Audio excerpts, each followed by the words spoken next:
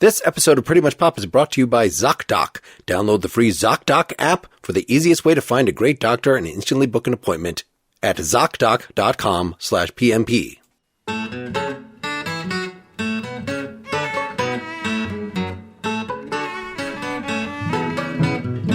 This is Pretty Much Pop, a culture podcast, probably just a simulation, but who really cares?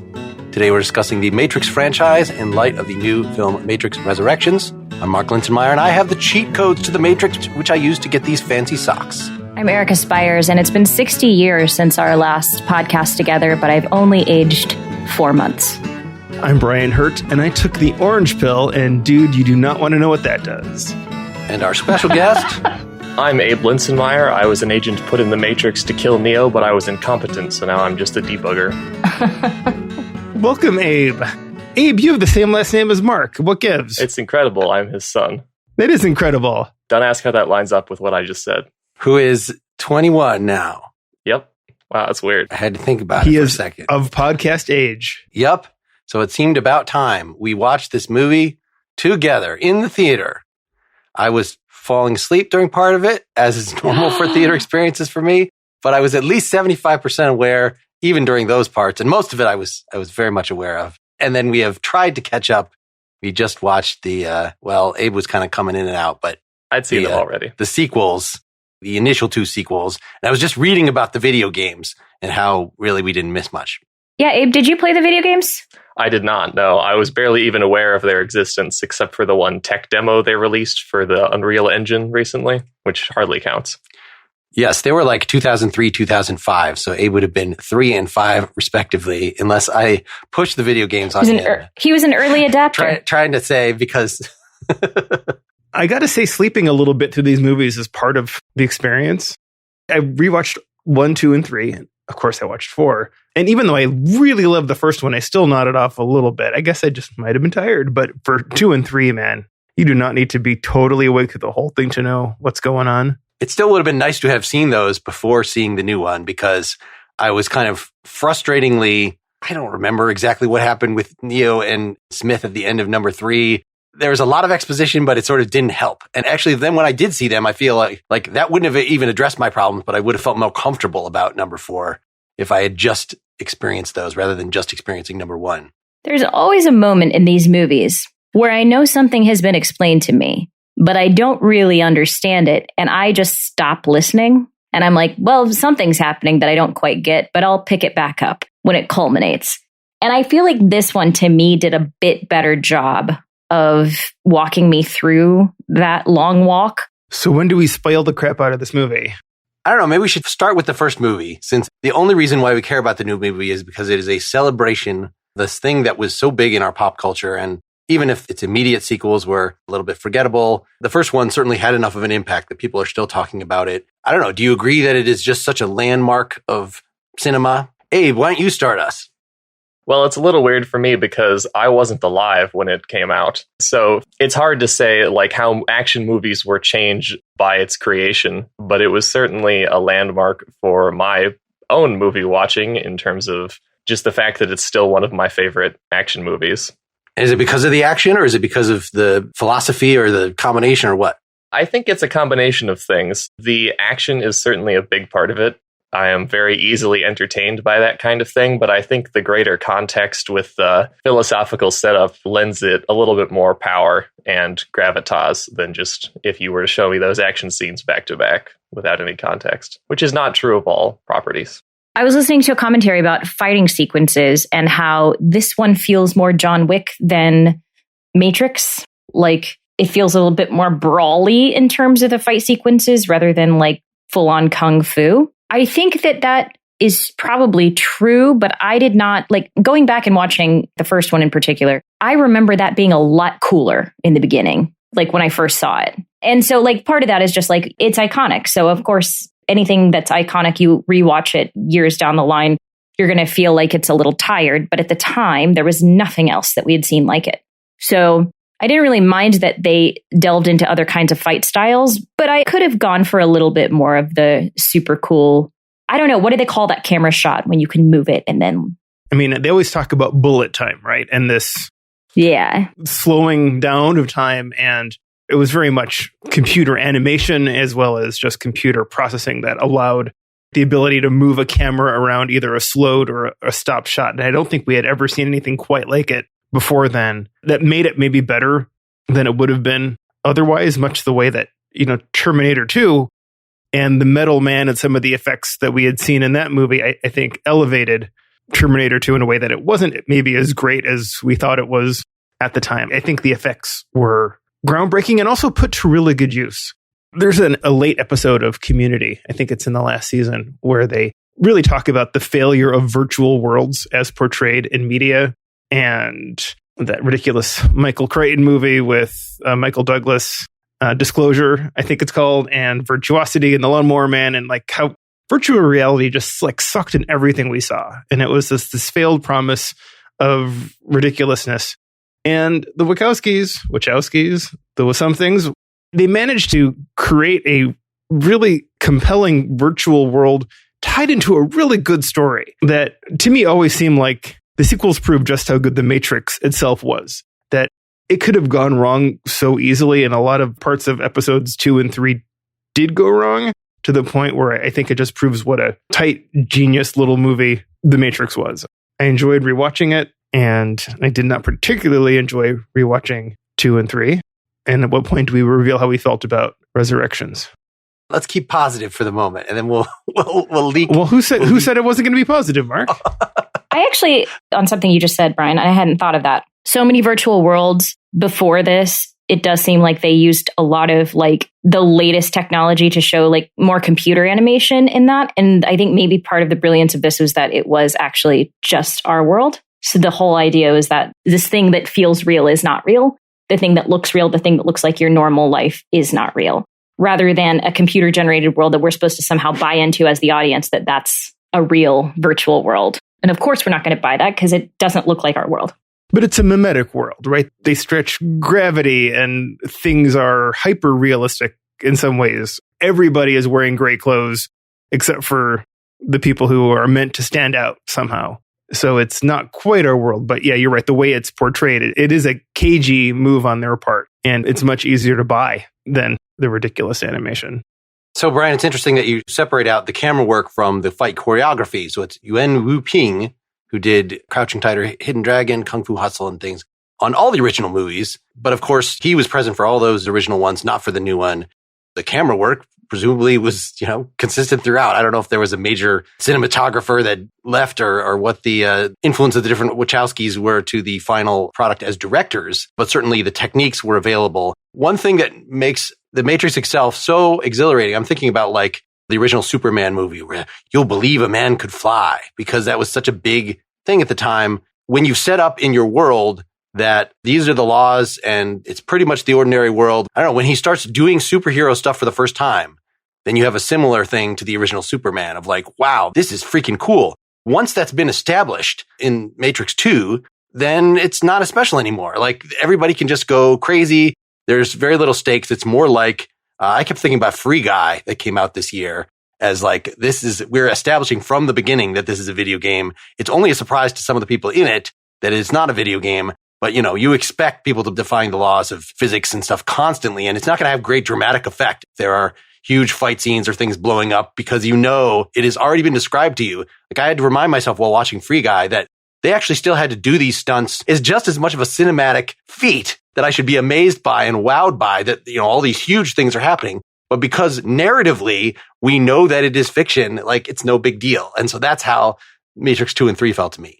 Okay, do you ever feel that the fight sequences aren't special at all because of that? Because you know that once people know the rules, they can kind of control everything. So like, how many times do people shoot guns and it just doesn't matter? I think Mark had it exactly right with the word stakes, that I felt like they did exist in the first movie, and by the second one, very little. There's also that inverse law that the more bad guys you have, the weaker they get. And apparently it holds true for velociraptors and for Agent Smith, because I truly, I think that he could potentially have killed Neo in the first movie when it was just one-on-one in the subway before he got his full mojo. Whereas by the time he's fighting literally dozens of them in episode 2 and Reloaded, it's like, come on, nothing's going to happen to Neo. That was just foolishness. I think there is a way that they could have made that transition a little bit more gracefully just from an action perspective. And I'm having a hard time explaining it without referencing One Punch Man, which I don't know that any of you have seen. Describe it. That's a fine insertion Sure. from the younger generation. Yeah. So One Punch Man is an anime, and the main character is, so the whole point of the show is that he's so ridiculously powerful that he has yet to encounter an opponent that he couldn't kill in one punch. So explain the title then.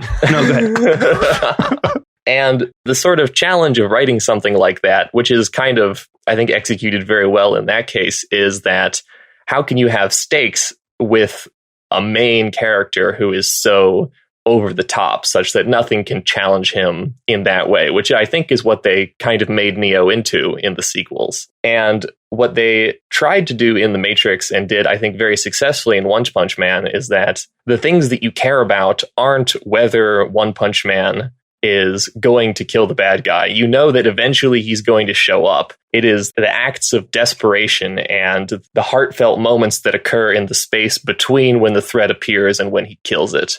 Because most people don't know that he's going to show up and kill it in one punch. They think that it's their lives on the line, and they lay down their lives and make these great sacrifices and have all these moments before he eventually shows up to deal the final blow. And I think they struggle with that in the Matrix sequels because Neo spends a lot of those movies like stranded on a liminal space subway station because they're not sure how to have stakes when he is a part of things. He spends the whole highway chase sequence flying around the planet to get to him so that it can be meaningful that the other characters are doing things in his absence, I guess. So the stakes were a little bit more there this time because he has to kind of relearn what he could do. And I think that way this film worked a little bit better. Oh, don't go negative. We're not talking about the fourth movie. Okay, so just throwing it out there, I enjoyed the fourth movie a lot more than I thought I would. And I'm just going to introduce that idea right now. Well, let's go around. And I suspect I liked it even more than you did. What did you think, Abe?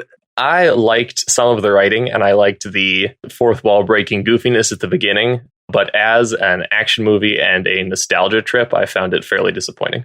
In what I've been reading, there's a lot of division about the two sections of the movie. That you've got the first half that is a lot of meta commentary, which is clever that it's in there. I know Brian has often said, my early instincts about fourth wall breaking and stuff is that you can kind of excuse anything by making a joke about it. But when we've had these conversations before, Brian has always been like, putting a bell on the fact that this is basically a mistake or something doesn't make it better. In fact, might even make it worse. Is that? I think it can fly or it could sink to the bottom of the ocean. It's like one or the other. So there's very little in between on that. And I think it totally succeeded. I was so impressed with how they chose to handle the source material. And I didn't go in with any expectation that that was what they were going to do. And I was very pleasantly surprised by that. Mark, you still are deflecting. What did you think of this movie? I did not have an enjoyable experience. I wish I had had time to see it a second time. Now that I've reviewed Matrix 3, I've just been reading about it and seeing explainer videos and things in the last day or two. So, I found the first half, I think who you see the movie with, we've talked about this with, definitely infects your level of enjoyment. And so, yeah, I was going to say that. And you took your kid and he probably wanted candy. And then he kept saying, "Who's that, Dad? Who's that, Dad?"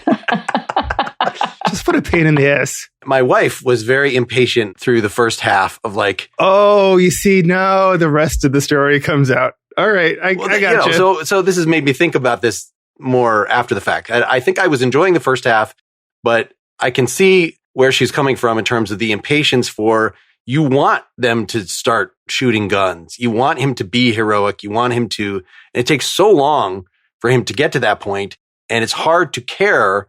I don't know that these other characters, the new Morpheus, the new pilot or whatever, that these were set up in a way that would make you care about them, that it was sort of just something to get past. So I was a little irritated by the opening. We'd just seen the first Matrix the night before. So the fact that they're showing like the doppelganger version of Trinity in the opening scene, I sort of got the point.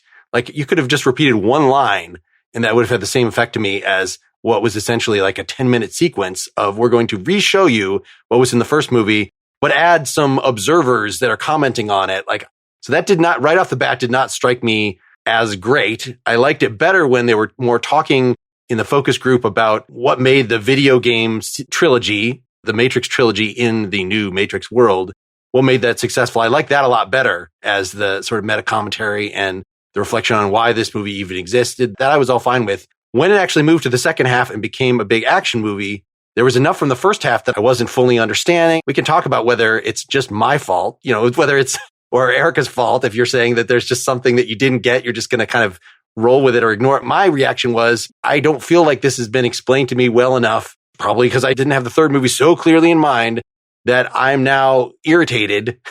And so all the rest of this just endless action was just wearying on me, was just like physically assaulting my ears. So I'm an old man. That's what it comes down to. What did you think about the action part, Abe? Part 2 of the movie.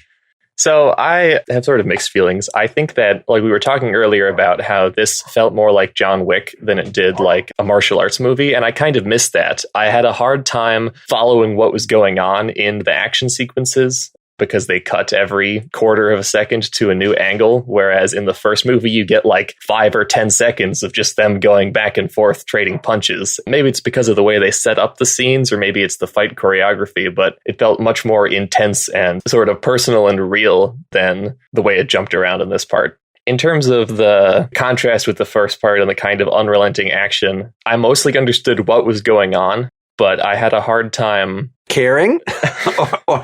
Sort of. It was not obvious until the end of the movie why it was important to free Trinity, or why it was jeopardizing the safety of the new city to do that.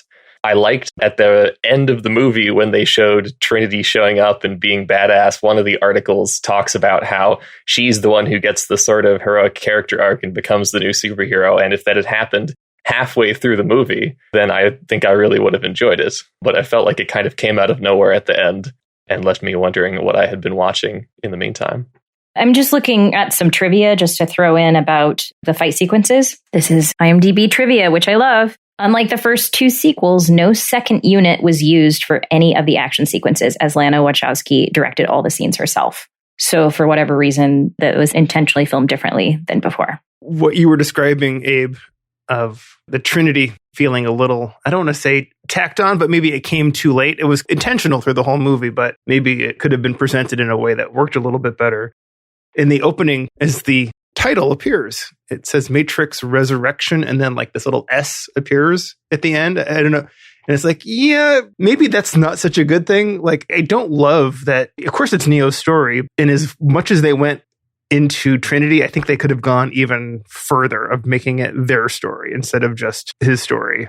That being said, I really did enjoy it. I didn't have a big problem with the fight sequences. I don't know, to your point, Erica, if Lana Wachowski normally does the choreography in the other movies that they've done. Not to say that Jupiter Ascending was genius, but I mean, she's a competent, talented director. So I found the fight scenes almost as tiring as the pontificating in episodes 2 and 3. And I thought that the pontificating was a little less irritating in this movie. Maybe it helped that it was Neil Patrick Harris delivering it. And he was hit with that charm stick, wasn't he? Awesome. Man, I could hear him say anything. I know. I could pretty much do with fewer action sequences from any movie except for John Wick, because that's what it is. Other than that, I feel like, okay. And I think the reason The Matrix worked for so long was because it showed this different type of action sequence we hadn't seen. So for the 4th time, I'm okay with the fact that they changed it. I'm okay that maybe we didn't have as much of it. We're going to stop for a little sponsor break. If you've got credit card statements coming in all crazy like, making you dread opening the mail, you are not alone. The weight of debt can be crippling, but Upstart can help you on your path to financial freedom. Upstart is the fast and easy way to pay off your debt with a personal loan all online.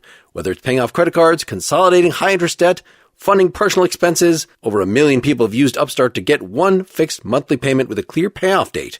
Rather than looking at credit score alone, Upstart considers other factors like your income, current employment, and credit history to find you a smarter rate for your loan. You can check your rate without impacting your credit score in minutes for a loan between $1,000 to $50,000, and you can even receive funds as fast as 1 business day after accepting your loan. I have done debt consolidation in the past. Maybe this is something you want to look into. I'm hoping Upstart is one of the places you will look into that, but of course do your research. Find out how Upstart can lower your monthly payments today when you go to upstart.com/pretty. That's upstart.com/pretty. Don't forget to use our URL to let them know we sent you.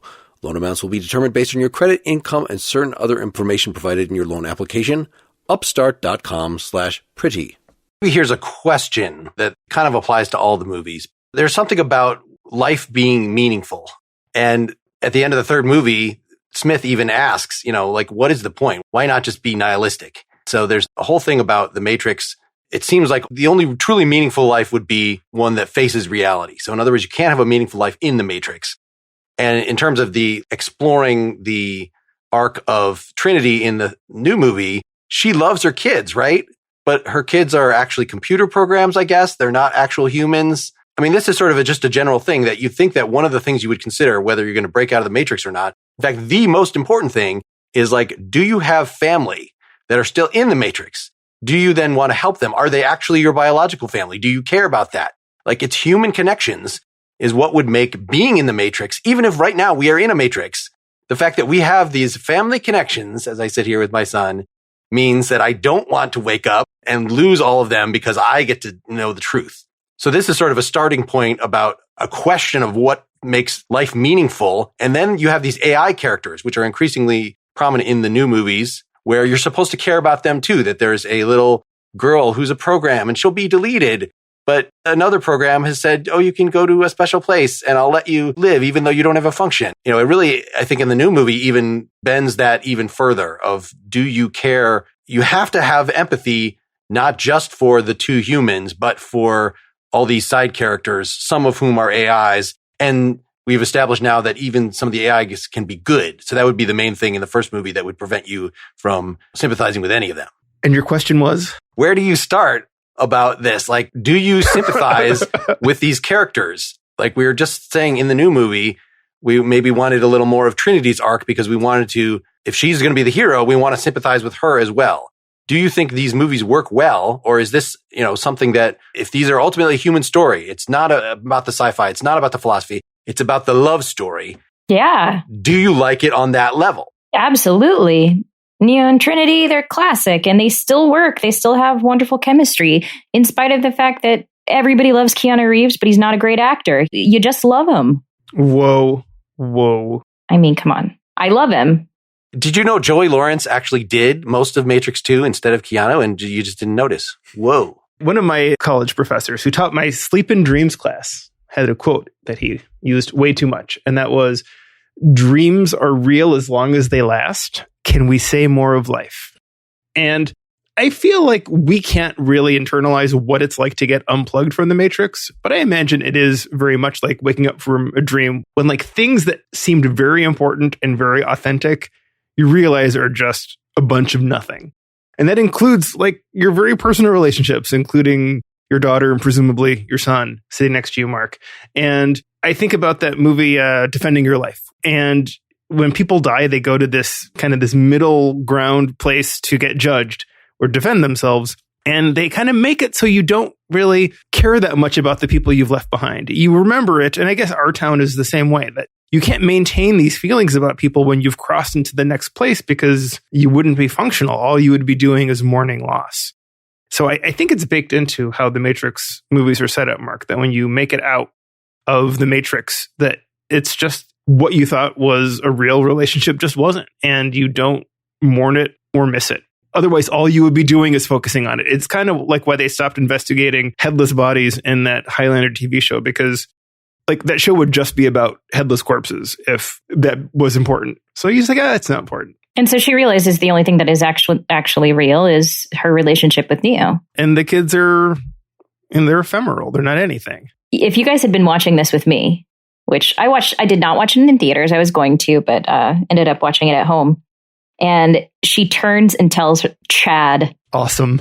Chad. I really hate that name. And then she kicks him or something and gets Chad away. And I was like, her kids are still there. I look at Drew and I was like, okay, now beat the hell out of your kids. Let's see it.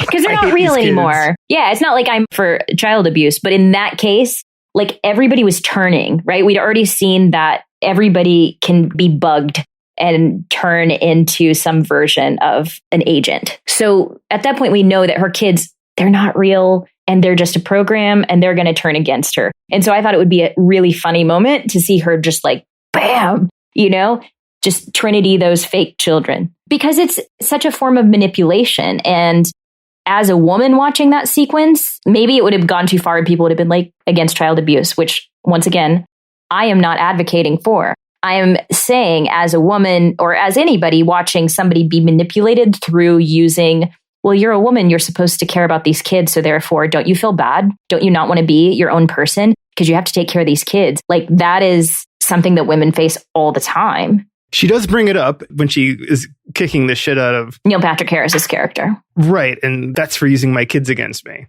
Yeah. So that was probably a better way to handle it. But in the moment, I was like, I just want her to like go ape on everything, because she had just awakened and it was so cool to see her. And in that way, Mark, I don't feel like it worked quite as well as it should have because I would have loved to see more of Trinity's story. On the other hand, it made me hopeful that maybe if we get a second movie in this reboot, that it's going to be Trinity based. I would really like that. That'll be the video game. So I was reading about what the video game Enter the Matrix was because it like had long sequences directed by the Wachowskis. And that's pretty cool. Apparently it was not a good game, like not actually fun to play, but it was something that was happening during the Matrix Reloaded that took scenes like you play as the side characters and some of the adventures that they were doing that were just sort of glossed over in the movie. It's because they happen in the video game. And so one reviewer of this that I was looking at was saying, this is a terrible precedent that it's like you're sucking the blood from the movie. This would have been a cool thing in the movie, but instead you put it in this crappy video game. So I'm sure that's what's going to happen with all the dramatic Trinity evolution is it'll be a very contemplative video game where you'll just be dealing with your existence as a woman. And it's going to be awesome. I do want to mention this as well. Also, another little bit of trivia. Chad is played by a man named Chad Stahelski, who directed the John Wick series with Keanu Reeves. And he also was his stunt double for the original Matrix trilogy. So he also was playing Neo. Right. And he is the sort of more masculine version of Neo, right? And one of the articles talks about that without using the words beta cuck. He is, and of course, picking the name Chad. Like, why didn't they call her Becky instead of Tiffany? But like going with gender politics, especially kind of those gross tropes of the pickup artists.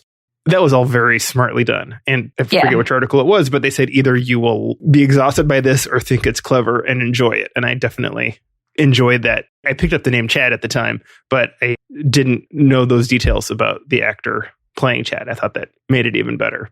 I was sort of thinking about what we were talking about with Trinity's family and the discussion of that when you move on, the things that you thought were meaningful turn out not to be meaningful, essentially. And I think we're kind of confusing a couple of different scenarios here. And I'm not sure whether these are questions that the movie asks, or I don't think they are questions that the movie answers. Trinity's family in the new Matrix were computer programs designed to control her. Mm-hmm. And I think, Erica, to your point, it would have been totally justified in a way to, it was justified to break free of that or symbolically beat up her children or whatever. But when Neo is initially unplugged in the first movie, he has no ties to the real world. There's nothing keeping him there. That's true. The movie never really asks whether they're symbolic control mechanisms or whether they're his actual family. Because I don't think that having been unplugged from the Matrix myself, I would look back at Dad and Mom and think, oh, they were just put there to control me. If they were real people who were suffering from the same imprisonment as I was, then I think that's a totally different situation. Are any of those people who are plugged into the Matrix, or are they programs? I don't think we're sure. I think that Trinity's family are programs, but that everybody who's dive bombing out of the windows and things, I think those are real people. Well, they justify in the first movie that, because they're part of the system. Like anybody that hasn't broken free is part of the system. And so if you're fighting the system, you just shouldn't worry about how many random people you kill. Even though the actual human beings in their pods will also die. But just the fact that like every time an agent would take control of a real person and then the agent would get killed, which, happened a few times in the first movies, then he would turn back into the regular person. And you're just like, okay, Neo, you just murdered a real person. Maybe your moral duty should have been just to get the fuck out of there and not hurt anyone. But that's every superhero movie that doesn't deal with splash damage, right? And when Superman throws Zod through a building, and like a bunch of people are going to die as he goes through. But unless it's like happens to be that one Marvel movie that's dealing with it, like no one gives a shit. So really, Mark, how is this any different from every other rando that gets killed in a movie? I feel like we're sort of, I don't know if losing the forest for the trees is the right way to put this, but like when Trinity sets aside her fake life to focus on the things that matter, that's not addressing the point of whether connections you make in the Matrix in this other world are real and valuable, whether AI can be equivalent to humans and whether this is a human story. I don't think the movies ever really try to answer the question of whether the Matrix is real. They sort of talk about it. Morpheus makes like a bunch of random questions as he's introducing Neo to the concept in the first movie, but then they never really address it because nobody does have connections inside the Matrix that might be valuable. The deep irony in that, Abe, is that people, even human people, behave so weirdly in these movies that they might not even pass the Turing test. Like the way Morpheus talks, you're like, am I talking to a computer? Like, what is even going on here? It's written a little bit differently. Like, and certainly in this fourth movie, we have such sympathetic AIs. They are more likable, or that's maybe not the right word, but relatable than like a lot of the very stiff upper lip, maybe not very well drawn characters in episode 2, the council members and the generals. And it's like, boy, you put less care into these humans than you put into these AIs in later movies.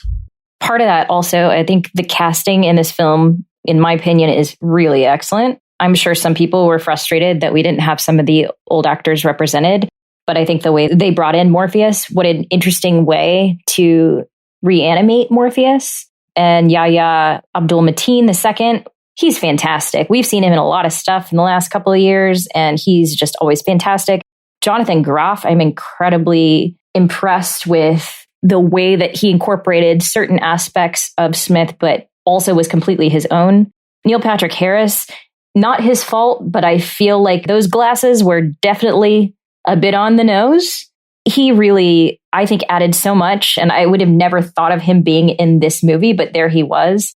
Jessica Henwick, who played Bugs, and a sweet little cameo from Christina Ricci, who every time I see her in a show, I forget how much I love her. She's so weird and good and just has this magnetism on screen. I wish I would have seen more of her. But I think that overall, a lot of why we care about these characters comes down to casting, and the characters did a great job of being themselves, but also giving a great nod to those past. Sorry, what was Christina Ricci? Because we saw her in the credits and I'm like, I don't remember seeing her in the film. Very briefly. She was like one of the reps from Warner Brothers. Okay. And Erica, aren't everyone's glasses on the nose? Oh, I almost said on the nose and on the nose, but I thought it was 2 on the nose, but there you go. Thank you. One had to wonder a little bit about the exclusion of available actors from the earlier movies. Sure. And if it was strictly done for narrative purposes, or if there was beef. Hugo Weaving was going to. He had to turn it down because of scheduling conflicts. I don't think that Lawrence Fishburne was asked back. It was a very, very short, I was not invited, maybe I'll get another play written, is what he said. If there was another as a way to de-age him, if I feel like he would have had to be de-aged, because that it's not that this human being survived for this many years, but that it is that a computer duplicate was made. And this is why Smith should have also been. They should have looked exactly like they did in the first films. And that would have been a lot of CGI budget. I don't know if you're going to de-age them throughout the entire thing. I guess they've done it before and it would have been doable if you didn't have him in that many scenes. I think I was thinking of it more as, but this is literally a reboot. This is what we do when we play video games, and they decided to change the look of Spider-Man in the Marvel video game because they wanted it to look more like Tom Holland than the guy it did originally, right? So we do this. That is something that is done in films and in video games. But this was not a reboot. I mean, this was as sequel as it gets. There was, or I guess, a revival, but... You're correct, but... Oh, I love when people say that. You're correct. Narratively, they were rebooting the character, right? It was a duplication of the character in a new simulation. But it doesn't need to look the same. To me, that didn't bother me at all. And also, they did that with Neo and Trinity, too. They didn't look the same, which was a weird kind of strange concept how they did that. I think my problem was, every time they showed clips of the video game, it was just the movie. And I feel like something could have changed with that, where we actually make it look a little bit more like a video game and it's not just a direct film cut. I want somebody to do a YouTube clip where they just put Minecraft guys in those like really blocky, like this was the video game that swept the nation and made him a multi-billionaire. One of the articles that I looked at was addressing a fan theory. Zion is in the Matrix, how Resurrections honors the warped fan theory. So the question was, again, what I said makes the magic, the superhero-ness amazing in the first film is because like you've established what the Matrix can do. And even though you've said like, well, but Neo can kind of has the cheat codes and he can do more wonderful things. Once you see it, it's very cool. From there, it becomes like, well, what can we do outside the Matrix? And you reveal in the second movie that actually he can stop the robots in their tracks. So he has some sort of connection to the robot world, even in the real world. Yet it is funny how long it takes him when Agent Smith has somehow taken control of a human body. And so they fight in the normal world where, nobody has access to magic powers. And it takes Neo so long to admit, even though this guy is doing an exact Mr. Anderson impression, that is not a good impression of that. But it's not terrible. Not terrible. It takes him a while I can't believe it. It's amazing that they suspend that disbelief. It just raises the issue, this fan theory. This article was saying that, the Wachowskis have actually acknowledged that maybe actually, right, it's revealed in Reloaded that it's not just that the one is like a glitch in the program. It's that this was something that was included in the program to express the inevitable rebellious feelings that people would have. So the same theory goes for maybe even all Zion is fake, that there's a matrix within the matrix, which then allows you to do magic things in the supposedly real world because it is also a simulation. I don't know. Did you find that this is helpful to think about this at all? It's kind of predictable that in a Inception sort of way that it could be matrices all the way down as much as necessary. It's also, I guess, by its very nature, not falsifiable. So kind of who cares? Like it could well be, but unless it's like acknowledged narratively, I don't know really what to do with that or to like be somehow more informed. Like it certainly makes sense and it kind of makes everything pretty damn meaningless. But yeah, other than that, I love it. Did you guys happen to see, there was a little viral video, I saw it on Twitter, where Keanu Reeves is talking to, is it like a director? I want to say he's like having dinner at a director's house or something. And he has kids and the kids are asking him about the Matrix because they're, younger. They're like, Abe here. And they had never seen it. So the guy's like, yeah, tell him what the Matrix is about. And he goes, oh, so he explains like the idea, the plot. He's like, so basically this guy is trying to figure out like what's real and what's not. And the reality that he wants to live in. And the little girl goes, who cares? And he's like, whoa, yeah, that's awesome. And I saw some commentary on this on Twitter, as Twitter is wont to do, where some people were like, oh my gosh, what's happening to our culture? Young kids don't get it anymore. And then other people are like, no, that's freaking right. Like for the kids to be so in tune to this virtual world and creating their own versions of themselves online, that is just as much real as their quote unquote real life. It's just where you're putting the meaning into it. I like that a lot. What do you think about that? Abe, Mark? Yeah, let's ask the kid. What do you think about that?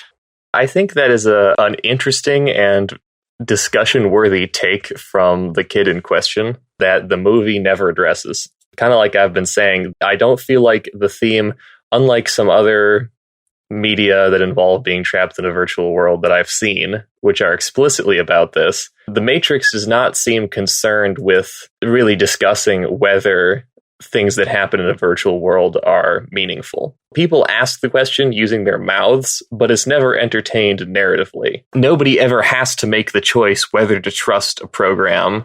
Like, that's never made a main plot point. Nobody ever has to choose whether to take their virtual life as the real one or reject it and fight for humanity, except for the one villain in the first movie who is... I was thinking about Reagan. Yeah. Yeah, but he's one-dimensionally portrayed as wrong. Nobody ever says, we had to kill that guy because he was against us, but sometimes I think that he was right.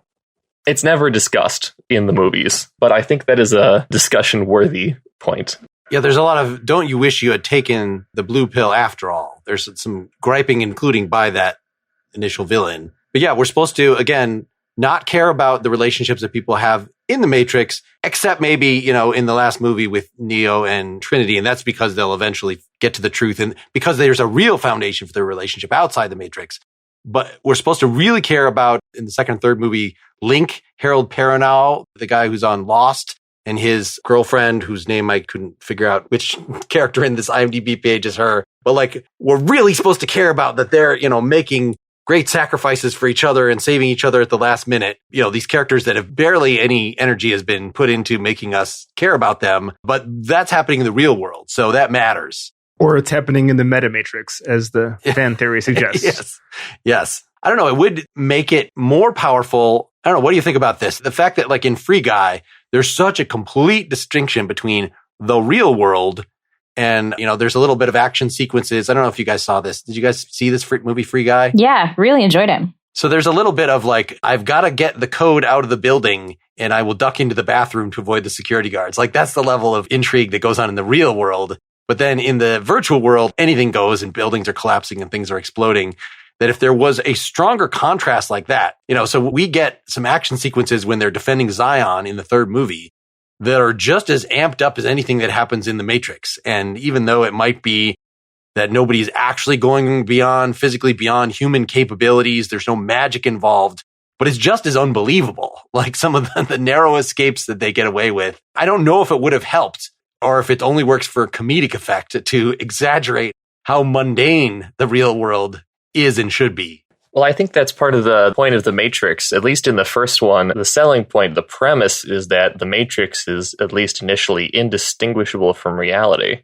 Mm-hmm. I don't know if that's exactly part of the message, but the argument is that even though they are indistinguishable, the characters still choose to fight for what's real, and that there must be some sort of intrinsic value in that, even if you couldn't even tell the difference. Still having authenticity is important in some way. Mm-hmm. And I think the clear implication at the end of the first movie that this is not just merely an alternate metaphysics, like an alternate history movie. I was thinking an alternate metaphysics movie. What if reality really had angels and demons in it? It's a whole class of movies. But you could see this as, okay, this is just a sci-fi situation like 12 Monkeys or something. It's really post-apocalyptic, but there's time travel and blah, blah, blah. But it's actually set up that what's really going to make this resonate if I say at the end of the first movie, hey, now I'm talking directly to you, the audience. You're actually in the Matrix. And I'm going to be like the Buddha and come back, even though I've achieved escape from this meaningless plane of illusion, I'm going to come back and compassionately set you all free. And if you take the filmmakers to be telling us, we are actually all caught in a capitalist rut, in gender constructs that don't actually reflect human nature, stuff like that, then there really is supposed to be something that is going on here that is addressing the real world. I do think the first movie does us the courtesy of not making that decision for us, right? We could elect to think that we are in the Zion universe or we're in the Matrix universe, and that's open for interpretation. I mean, again, ultimately, as meta or fourth wall breaking as it wants to be, of course, it's just a movie and we get that, but it's clearly something they want us to think about. In a lot of ways, I think it would have been more effective if we had never gotten the second or third movie, because Zion as an idea works a lot better than as an actual realized place. I think it's, as world building goes, I don't find it to be particularly compelling or believable. And it's just not my bag, but... You didn't like the 3-minute sweaty dancing video as representing what human beings in the real world are like when they get together and celebrate? That's usually the part of Matrix 2 that people ripped out, is that... I don't really think that any aspect of Zion worked for me, but I'm not going to start listing points. In this film, for me, Zion works better and is more hopeful. The idea that machines and humans can work together and maybe we could make something awesome together is really exciting. It doesn't feel as dark. And I think part of the reason I didn't like second and third so much is because we didn't see as much of the Matrix. And yeah, maybe I'm a basic bitch, but maybe I want to live more in a happy world, even if it's fake. It just seemed so awful where they were before. And the more that we just saw them floating through space and having terrible beds to sleep on, and I'm just always you can't do better than this. Really? This is all you got? This time I felt like it was a bit more welcoming and there had been some progress that was made. Abe, any closing thoughts on this whole discussion? I guess to that point, I think part of what was interesting about Zion as an idea was that because the world of the Matrix was so recognizable to us, because it all took place in familiar settings, it was easier to think of it as something worth fighting for. Not the Matrix itself, obviously, but the people who were trapped there. Whereas it was difficult to empathize with the aliens who lived in a place near the core of the Earth. I guess in that way, the new movie, as Erica was saying, was more effective in at least potentially making the human machine society something that we might want to fight for. I think that might be the implication of the last movie at the end of like, hey, thanks. First, I liked your work on How I Met Your Mother and back to Doogie. But, thanks for making this new Matrix, for giving us another chance. So I got to think that there really are real people still. It's a big deal in the end of the second movie where the architect that Neo comes and he's like, if you're going to be such a jerk about the Matrix, fine, I'll just unplug it and kill everyone. And that's a real thing to worry about. To think that it's just been swept under the rug and that Neo and Trinity are the only real people in the new Matrix, I don't think makes sense. I think we have to assume that the rest of the humanity still is there in this new Matrix and is there to be saved, even if the solution is not to unplug them. Maybe if you live in a crappy enough place, it's okay to have virtual worlds. You should just know that they're virtual. You should have a choice to be in them or not. You could be in them some of the time. We're getting into what these artificial worlds, what do they call the internet of real things? What do they call it? What VR is supposed to be should still be something that you could experience if in your regular life you have to just eat gruel. So the Matrix and the real world can exist in some sort of harmony. And that's where we should be going with this. Are you talking about Mark Zuckerberg's redonkulous metaverse? Yes, the metaverse. That's the word I was trying to remember, of that thing that's supposed to come. So I think that ultimately, this was a hopeful thing. And yeah, if you can't find meaning with real other people in a virtual land, you're not going to find it in a supposedly real land either. And maybe what seems to screw things up, if this is supposed to be a capitalist critique, is that we have in whatever environment that we're in, that we have all this bullshit that we're just supposed to do. And so if there's a lot of needless suffering and people working 5 jobs in the Matrix or outside the Matrix so that they can't actually do anything meaningful with their lives, that's the problem. That's what the Neo and Trinity should be solving, fighting for justice and making it so that we can actually feel like we have free choices, whatever that means, right? You could still be in the virtual world and have free choices. Yeah. All right, Mark, I'll give you a choice. So Morpheus's choice. Truly, I mean, if this premise were given to you, red pill, blue pill, continue in your existence or step into some reality that you have no conception of, not making a choice, I guess, is the blue pill. So what would you do? I would save the red pill until I was older and about to die anyway. Then I would take that red pill and I would wake up and I'd be a shiny new baby in a cocoon. Maybe. That's an interesting take. You're the clubhouse leader with that answer. Erica, go. I used to definitely say that I would take the red pill. And the older I get, I feel like maybe I would just stick with the blue pill. Because you actually at least know what this is. If it looks like a hellscape, but it's the real world, like that's not a lot of comfort to me if it's just fucking terrible. Then I know I'm being controlled. If I have the option, I can just be like Thomas and go to my therapist and talk about, I don't know if this is real or not. And then they just ground me in the reality that's there. That was one of the scariest parts of that movie to me, was like, yeah, this feels like a real therapist. And then it made me start questioning everything. But you know what? I feel better as a human when I'm grounded. So if that means blue pill, then I guess I'm a wuss. You're an old lady. All right, Abe, what about you? You're a kid. To take the red pill is to enter a reality of which I have no conception. And if I don't know what the choice I'm making is, then it's not a choice. So I'd take the red pill to find out what else there is, and then I'd have another choice to make, this time informed. Damn. Brian? Take a little bit of the red pill. I just want a little bit. I just want to munch the edge so I could see clairvoyantly. All right, Brian. I would see if I can get like a bag of blue pills. When he was taking his pharmaceuticals and they were blue, it's like, wait a second. The pills I take are blue. Like I was like, this is great. I'm all for it. I just want the cheat codes. I don't mind staying in the Matrix. I just want each pill to get rid of my cancer or whatever. We should be able to take advantage of being in an illusory world, is what I'm saying. We should all get a little bit of that superhero mojo. Oh, I like that. I think the joys and the challenges of this world are just fine with me. My relationships and my conceptions, I'm still figuring things out, but I don't need a whole new set of them, whatever they are. So blue pills all the way. All right. Well, thank you for doing this season 1 Pretty Much Pop reunion. We will keep talking a little with Brian, Erica, and Abe in the supporter portion. You can go to patreon.com/prettymuchpop to get that. Thanks, everybody, and thanks you guys. Yeah. Thank you. It's good to be back. It's great to meet you, Abe. Great to meet you too. So long. Bye. Get more Pretty Much Pop at prettymuchpop.com. Get bonus content for every episode at patreon.com/prettymuchpop. You can also now get all the bonus content directly through Apple Podcasts by signing up for a paid subscription there, which gets you ad-free episodes and extra talking not only for Pretty Much Pop, but also for my other podcasts, Nakedly Examined Music and Philosophy vs. Improv. Pretty Much Pop is part of the Partially Examined Life Podcast Network, and it's also presented by openculture.com.